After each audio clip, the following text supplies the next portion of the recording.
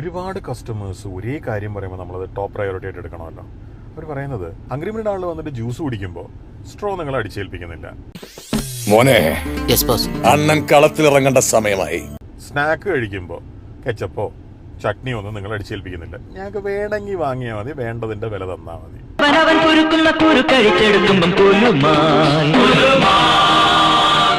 അയ്യോ, ഒരു പാട്ട് കേട്ടോ. കാശിന്റെ മാത്രം പ്രശ്നമല്ല, കാശ് കുറച്ച് കിട്ടും, അത് ശരിയാണ്. കാശിന്റെ മാത്രം പ്രശ്നമല്ല, ഇതൊന്നും വേസ്റ്റ് ആയി കളയേണ്ടല്ലോ. എനിക്ക് വേണ്ടെങ്കിൽ ഞാൻ എന്തിനാണത് മേടിക്കുന്നത്? എന്റെ മാതാവേ, ഇവന്മാരുടെ ഇടയിലിട്ട് എന്നെ ഇങ്ങനെ കഷ്ടപ്പെടുത്താണ്ട് ഇവന്മാരെ കുറച്ച് നേരത്തെ നിനക്ക് വിളിച്ചൂടെ? വിളിക്കോ? സ്ട്രോയ്ക്ക് ₹1 അധികം വാങ്ങുന്നത് പോലെ വിത്തൗട്ട് ഷുഗർ ഡ്രിങ്ക്സ് വാങ്ങുമ്പോൾ വില കുറച്ച് കൊടുക്കണ്ടേ? വിത്തൗട്ട് ഷുഗർ ഡ്രിങ്ക്സ് വാങ്ങുമ്പോൾ ഞങ്ങളുടെ പണി കൂടുകയാണ് ചെയ്യുന്നത്. ശരി ശരി ശരി, നമ്മൾ തമ്മിൽ ഒരു പണക്കമല്ല. അതുകൊണ്ട് നിങ്ങൾ വില കൂടുതലാണ് ടെക്നിക്കലി തരേണ്ടത്.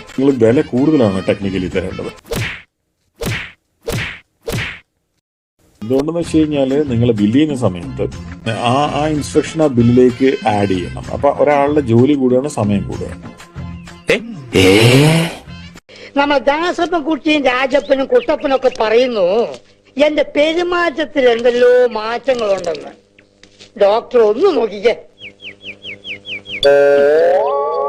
പക്ഷെ ഈ വഴിയെ പോയി കുരയ്ക്കുന്ന നായ്ക്കൾക്ക് മറുപടി കൊടുക്കാൻ എനിക്ക് സൗകര്യമില്ല. എന്നെ ഭ്രാന്ത് പിടിപ്പിക്കരുത്. നിങ്ങൾക്ക് ഇപ്പൊ തന്നെ കുറേശ്ശെ ഭ്രാന്തുണ്ട്. ഞങ്ങൾ ചെയ്തിട്ടുള്ള എല്ലാ കുഴപ്പങ്ങളും ഏറ്റെടുക്കാനും അതിന് സോറി പറയാനും അല്ലെങ്കിൽ അത് മാറ്റാനും ഞങ്ങൾക്ക് യാതൊരു പ്രശ്നമില്ല. അന്ന് ഞാൻ വളരെ ക്രൂരമായി നിന്നോട് പെരുമാറി, എന്നോട് ക്ഷമിക്കണം. അതൊന്നും സാരമില്ല. പക്ഷെ ഈ വഴിയെ പോയി കുരയ്ക്കുന്ന നായ്ക്കൾക്ക് മറുപടി കൊടുക്കാൻ എനിക്ക് സൗകര്യമില്ല. നിന്റെ കക്ഷത്തിൽ എന്താ മൂലക്കുരു? Thank you.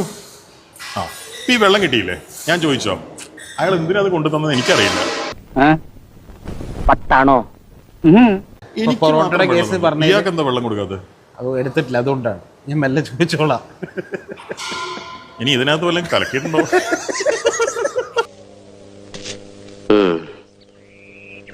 പെരുമാറ്റത്തിൽ ഇത്തിരി പ്രശ്നമുണ്ടല്ലോ. അപ്പൊ എളുപ്പം ചികിത്സിക്കണല്ലോ. ചികിത്സിക്കാം ഇത്തിരി കഴിച്ചോട്ടെ. നിന്നോട് ഞാൻ ചായ ചോദിച്ചത്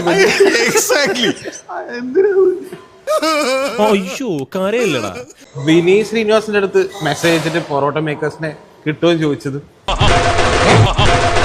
ഏടോ വിനീ ശ്രീനിവാസനോട് മാത്രമൊന്നുമല്ല.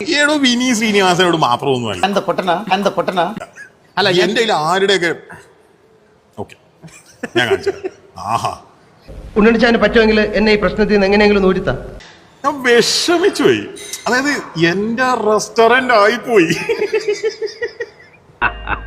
ഇനി പറയൂ, ഈ സിംഗപ്പൂർ ആൻഡപ്പനെ കിടത്തി വെട്ടാൻ മാത്രം ബുദ്ധിശക്തിയുള്ള ഏതെങ്കിലും ഒരു കള്ളൻ ഈ ഭൂമുഖത്ത് ജീവിച്ചിരിപ്പുണ്ടോ?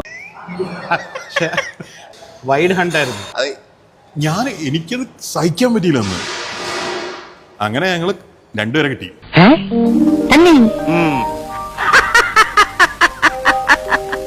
എന്താ വിശ്വാസമാകുന്നില്ലേ? സീരിയസ് ആയിട്ടൊരു പണി ചെയ്തുകൊണ്ടിരിക്കുമ്പോ